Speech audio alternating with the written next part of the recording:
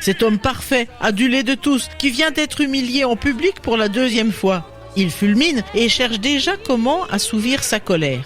Tous dans la taverne vont tenter de le réconforter, ce qui donne lieu à cette célèbre chanson qui vante ses qualités. Et pourtant, à l'origine du projet, on était bien loin de cette image du personnage.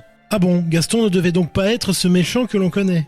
Alors que Walt Disney s'intéressait à l'adaptation de cette histoire dès les années 40, Don Hahn la reprend dans la seconde moitié des années 80. Une première version du scénario est présentée à la fin des années 80 et dans celle-ci, Gaston a une toute autre allure. C'est un aristocrate français avec de riches habits et une perruque poudrée. Belle, elle, est la fille de Maurice, un marchand qui a perdu toute sa fortune, ce qui contraint la famille à s'installer dans une pauvre chaumière en compagnie de tante Marguerite. Et ça, tante Marguerite ne l'accepte pas. Elle manœuvre alors pour donner la main de sa nièce à ce dandy de Gaston.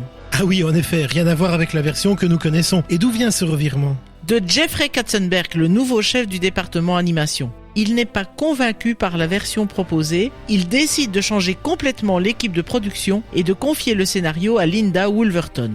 En même temps, il rappelle le duo Ashman-Menken, qui vient d'être salué pour leur travail sur La Petite Sirène. Le but n'est pas de leur confier seulement l'écriture des chansons, mais aussi d'attendre des idées d'amélioration du projet. Ainsi, Howard Ashman proposera l'intervention de la multitude des objets animés du château, ce qui apportera un peu de légèreté à l'histoire. Mais ce n'est pas le seul changement. Tante Marguerite disparaît et Gaston change du tout au tout pour devenir ce chasseur musclé adulé par tout le village, excepté Belle. Bon, une nouvelle fois, ce fut donc le duo magique Menken et Ashman qui vient à la rescousse.